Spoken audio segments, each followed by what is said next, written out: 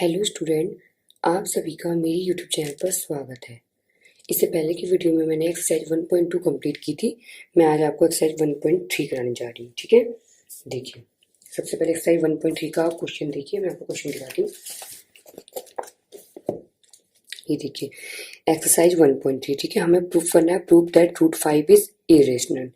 ठीक है, second question है proof that 3 + 2 root 5 is irrational. ठीक है, अब मैं इसका आपको फर्स्ट क्वेश्चन सॉल्व करके दिखाती हूँ।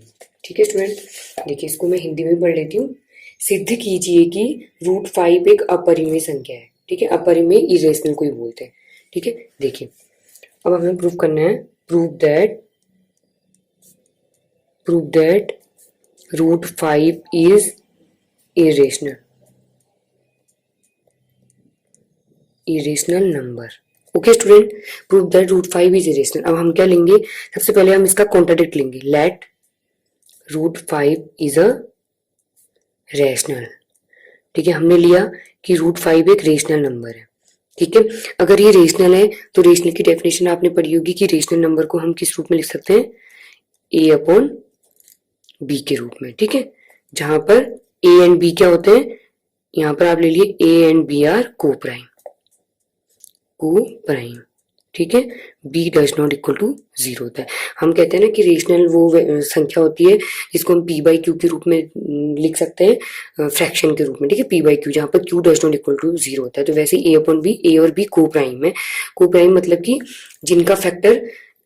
जिनके कोई कॉमन फैक्टर नहीं है 1 के अलावा। ठीक है, इनका कॉमन फैक्टर 1 ही होता है, उसके अलावा नहीं होता, उनको को प्राइम कहते हैं। ठीक, देखिए तो इसमें हम लिख सकते हैं कि a and b does not have common factor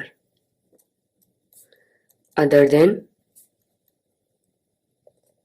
1। ठीक है, 1 के अलावा कोई भी इसका कॉमन फैक्टर नहीं है। अब हम इसको क्रॉस मल्टीप्लिकेशन कर देते हैं, a equal to root 5b। ठीक है स्टूडेंट, अब हम इस इक्वेशन की क्या कर देंगे, स्क्वायर कर देंगे। स्टेप बाय स्टेप करते जाना, squaring both side. Okay, squaring both side, a square root 5b का होल स्क्वायर। रूट 5 का स्क्वायर क्या होता है, 5b स्क्वायर। ओके स्टूडेंट, अब देखिए इस 5 को हम 5 मल्टीप्लाई में यहाँ डिवाइड में चले जाएगा, इक्वल टू b स्क्वायर। ठीक है, तो इस इक्वेशन को हम ले लेते हैं, इस इक्वेशन को हम m इक्वेशन ले लेते हैं, इक्वेशन m। ठीक है, बाय इक्वेशन m 5 डिवाइडेड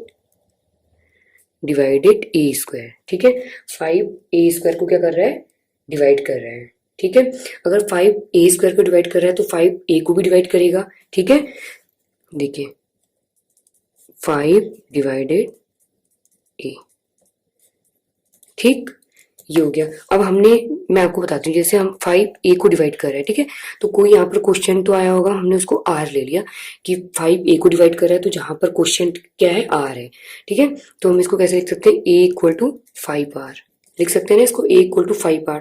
ठीक है, रिमाइंडर 0 है मान लीजिए। ठीक है, यहाँ पर रिमाइंडर जो है वो 0 है, तो a इक्वल टू 5r हो गया। ठीक है स्टूडेंट, मैं आपको सिंपल लैंग्वेज में समझा रही हूँ, आपको एकदम से आ जाएगा, लेकिन स्टेप बाय स्टेप करना पड़ेगा। देखिए a equal to 5r, put a equal to 5r in equation m। ठीक है, a इक्वल टू 5r कहाँ पुट कर देंगे, इक्वेशन m में। देखिए 5r का whole square upon 5 equal to b square.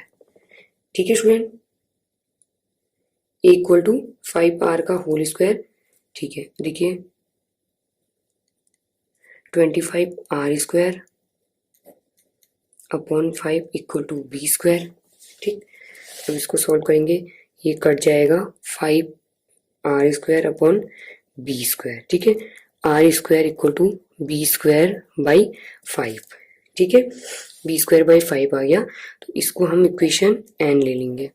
तो हमारा बाय इक्वेशन n, ठीक है, by equation n 5 divided b square. ठीक है, देन 5 डिवाइडेड, अगर 5 b स्क्वायर को डिवाइड कर रहा है तो 5 डिवाइडेड b। ठीक है, अब देखिए आप यहाँ पर देखिए आपका 5 डिवाइडेड ए, 5 डिवाइडेड बी, ठीक है। 5 ए को भी डिवाइड कर रहा है, 5 बी को भी डिवाइड कर रहा है, तो इसका जो 5 है वो ए और बी का कॉमन फैक्टर हो गया, ठीक है। जबकि हमने यहाँ पर क्या माना था कि ए और बी का कोई भी कॉमन फैक्टर 1 के अलावा नहीं है, तो ये कॉन्ट्राडिक्ट प्रूफ हो गया ना हमारा कि देखिए 5 डिवाइडेड बी, ठीक है। बाय इक्वेशन यहाँ पर देख लीजिए, मैं लिखती हूँ इसको हम इक्वेशन ले लेते हैं M N dash, equation N dash ले लेते हैं और इसको लेते हैं इक्वेशन एम डैश, ठीक है। By equation M dash and N dash, ठीक है। By equation M dash A B have common factor 5 other than 1, ठीक है। एम डैश और एन डैश इक्वेशन से ए और बी का कॉमन फैक्टर 5 मिल गया हमें। देखिए स्टूडेंट, ठीक है, एम डैश और एन डैश से क्या हो गया, ए एंड बी की कॉमन फैक्टर आ गया 5, ठीक है, 1 के अलावा। जबकि हमने माना था कि इसका ए और बी का 1 के अलावा कोई भी कॉमन फैक्टर नहीं है, मतलब कि ए और बी को प्राइम है, ठीक है। तो हमारा ये कॉन्ट्राडिक्ट प्रूव हो गया। तो हमारा ये कॉन्ट्राडिक्ट विच इज कॉन्ट्राडिक्ट, ठीक है। देन √5 इज इरेशनल, ठीक है। इससे ये प्रूफ हो गया कि हमने इरेशनल नंबर, हमें प्रूफ करना था √5 इज इरेशनल नंबर, ठीक है। हम उसको रेशनल के रूप में ले गए, तो रेशनल से हमारा ये प्रूफ नहीं हो पाया। हमारा जो हम रेशनल के रूप में कर रहे थे जो भी मेथड, तो वो लास्ट में हमारा आया नहीं, कॉन्ट्राडिक्ट हो गया। तो इसका मतलब कि √5 रेशनल ना होके इरेशनल हो गया, ठीक है। तो ये आपका प्रूफ हो गया। अब हम इसका सेकंड क्वेश्चन देखेंगे। देखिए ये है प्रूव दैट 3 + 2 √5 इज इरेशनल, ठीक है। तो हमें सेकंड क्वेश्चन करना है। देखिए प्रूफ दैट 3 + 2 √5 इज इरेशनल, ठीक है। इसको भी सेम आप वैसे ही करेंगे। देखिए स्टेप बाय स्टेप करना। प्रूव दैट 3 + 2 √5 इज इरेशनल, ठीक है। Let 3 + 2 √5 is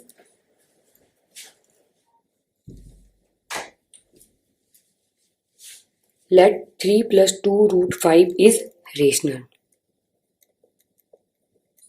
okay student.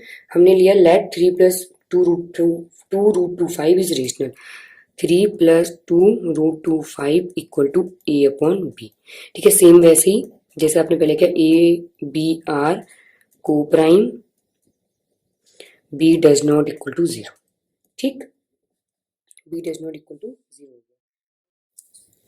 ये देखिए student, prove that 3 + 2 √5 is irrational. हमने क्या किया, लेट, हमने इसका उल्टा रिवर्स ले लिया, लेट 3 + 2 √5 इज रेशनल। हमने इसको रेशनल मान लिया। अगर ये रेशनल हो गया तो इसको हम a/b के रूप में लिख सकते हैं, जहां पर a b r coprime है और b does not equal to 0 है, ठीक है। तो हम क्या करेंगे, 2 √5 = a/b, ये 3 प्लस का है, यहाँ जाएगा तो माइनस हो जाएगा, √5 a/b माइनस का 3, ये 2 मल्टीप्लाई में तो यहाँ जाके डिवाइड हो जाएगा, ठीक है। देखिए ये भी इंटीजर है, ये भी इंटीजर है, ये भी इंटीजर है, इंटीजर, ठीक है। इंटीजर का डिवाइड, इंटीजर का माइनस और इंटीजर का डिवाइड क्या आता है, इंटीजर। तो हमारा ये वाला पोर्शन क्या आ गया आपका, रेशनल, ठीक है। ये हमारा रेशनल आ गया। अगर ये रेशनल है तो ये भी रेशनल होना चाहिए, ठीक है। अगर ये रेशनल है हमारा, देखिए स्टूडेंट, अगर ये रेशनल है तो हमारा ये भी रेशनल होना चाहिए, लेकिन हमने अभी ऊपर प्रूफ किया है कि √5 इज इरेशनल, तो हमारा कॉन्ट्राडिक्ट प्रूव हो गया कि ये इरेशनल ना होके, मतलब कि जो हमने माना था कि ये रेशनल है, ये रेशनल ना होके इरेशनल हो जाएगा, ठीक है स्टूडेंट। देखिए आप 3 + 2 √5 इज इरेशनल, ठीक है। आपको सारे स्टेप में ऐसे ही करना है, बहुत छोटे छोटे क्वेश्चन है ये, सीधे आप इसे समझ जाएंगे कि ये इंटीजर है, इंटीजर का माइनस भी इंटीजर, डिवाइड भी इंटीजर, तो ये लेफ्ट राइट हैंड साइड का हमारा रेशनल आ गया, ठीक है। ये रेशनल है तो ये इक्वल टू में, तो ये भी रेशनल होगा, लेकिन हमने यहाँ पर हमारा प्रूफ हो गया था कि √5 क्या है, इरेशनल, तो यहाँ कॉन्ट्राडिक्ट आ गया, तो इसलिए क्या हो जाएगा, यहाँ पर लिख सकते हैं आप ये कॉन्ट्राडिक्ट, मतलब कि ये दोनों कॉन्ट्राडिक्ट कर रहे हैं दूसरे को, तो हमारा √5 रेशनल ना होके 3 + 2 √5 इज इरेशनल, ठीक है स्टूडेंट। अब मैं इसका आपको नेक्स्ट क्वेश्चन बताती हूँ। देखिए prove that the following are irrational, 1/√2, 7√5, 6 + √2। ठीक है, देखिए क्वेश्चन थर्ड। देखिए हमें क्या प्रूव करना है, प्रूव दैट 1/√2 इज इरेशनल। ठीक है, हमें प्रूव करना है, प्रूव दैट 1/√2 इज इरेशनल। ठीक है स्टूडेंट, देखिए हम सबसे पहले क्या करेंगे, इसको 1/√2 को हम इक्वल टू a/b, अब मैं सीधे सीधे सॉर्ट कर रही हूँ, आप इसमें लिखने वाली प्रोसेस खुद लिखेंगे। ठीक है, कि ये 1/√2 इज रेशनल, तो हमने इसको इस रूप में ले लिया। ठीक है स्टूडेंट, 1/√2 इक्वल टू a/b, इसकी क्रॉस मल्टीप्लिकेशन कर देते हैं, 2√2a इक्वल टू b। ठीक है स्टूडेंट, अब हम क्या कर देंगे, squaring both side, squaring both side, 2a² equal to b²। ठीक है, 2a² equal to b, a² equal to b² upon 2। ठीक है, तो हमारा क्या हो गया, 2 डिवाइडेड b², तो इससे क्या हो जाएगा, 2 डिवाइडेड b। ठीक है, अगर 2 b को डिवाइड कर रहा है तो कोई ना कोई क्वेश्चन आया होगा, तो हमने क्या ले लिया, b इक्वल टू 2r। ठीक है, b इक्वल टू r कहाँ पुट कर देंगे आप, इसमें पुट कर दो। ठीक है, b equal to put b equal to 2r in equation 1। Okay student, देखिए √2a equal to b equal to 2r। ठीक है, फिर स्क्वायरिंग कर देंगे तो 2a², 4r², 2 से ये कट जाएगा 2 times, a² equal to 2r²। ठीक है स्टूडेंट, ये देखिए a² इक्वल टू 2r²। उसके बाद देखिए a² upon 2 equal to r²। ठीक है, यहाँ भी आपको आ गया होगा, देखिए 2 डिवाइडेड a²। ठीक है, देन 2 डिवाइडेड a। देखिए 2 डिवाइड कर रहा है b को भी, 2 डिवाइड कर रहा है a को भी। ठीक है, तो हमारा 2 is a common factor of a and b। ठीक है, अदर देन 1। ठीक है, 2 जो हो गया वो कॉमन फैक्टर आ गया a और b का 1 के अलावा, तो इसीलिए हमारा क्या हो जाएगा, ये कॉन्ट्राडिक्शन हो गया। ठीक है, देन 1/√2 इज इरेशनल, इरेशनल ना होके इरेशनल हो गया, क्योंकि यहाँ पर a और b को हमने जब को प्राइम माना तो उसका सिर्फ कॉमन फैक्टर 1 ही होता है को प्राइम की डेफिनेशन के अनुसार। ठीक है, लेकिन यहाँ पर हमारा 1 के अलावा 2 भी आ गया, तो सारे क्वेश्चनों में आपको ऐसे ही सॉल्व करना है। ठीक है स्टूडेंट, देखिए आपका नेक्स्ट है क्वेश्चन थर्ड का, ये फर्स्ट था, क्वेश्चन थर्ड का सेकंड देखिए, 7√5। अब इसको हमें इरेशनल प्रूव करना है। ठीक है, सेम वैसे करेंगे, लेट 7√5 इज अ रेशनल। ठीक है, हमने मान लिया कि ये एक रेशनल नंबर है। ठीक है, लेट 7√25 इज अ रेशनल। अगर 7√25 रेशनल है तो ये क्या होना चाहिए, a/b के a/b coprime b does not equal to 0। ये लाइन आप खुद से लिख लेंगे। ठीक है, देखिए अब क्या करेंगे, √5 इक्वल टू a/7b। ठीक है स्टूडेंट, अब देखिए a/b is a rational number, then a/7b is a rational number. ठीक है, तो हमारा ये जो राइट हैंड साइड है ये रेशनल हो गया, ये रेशनल है तो √5 भी रेशनल हो गया। ठीक है, then √5 is a rational number. ठीक है, जबकि हमने इससे पहले में प्रूफ किया था √5 एक इरेशनल नंबर है। ठीक है, विच इज, अब देखिए कैसे लिखेंगे आप, which is contradict, which is contradict, जो क्या कर रहा है, कॉन्ट्राडिक्ट कर रहा है। Then 7√5 is a irrational number.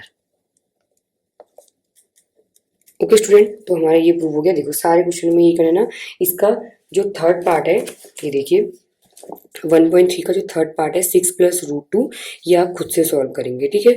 और मुझे कमेंट बॉक्स में बताएंगे कि आपके कहने सॉल्व हुआ या नहीं हुआ, ठीक है। नहीं आएगा तो फिर मैं आपको नेक्स्ट वीडियो में बताऊंगी। Okay, thanks for watching student.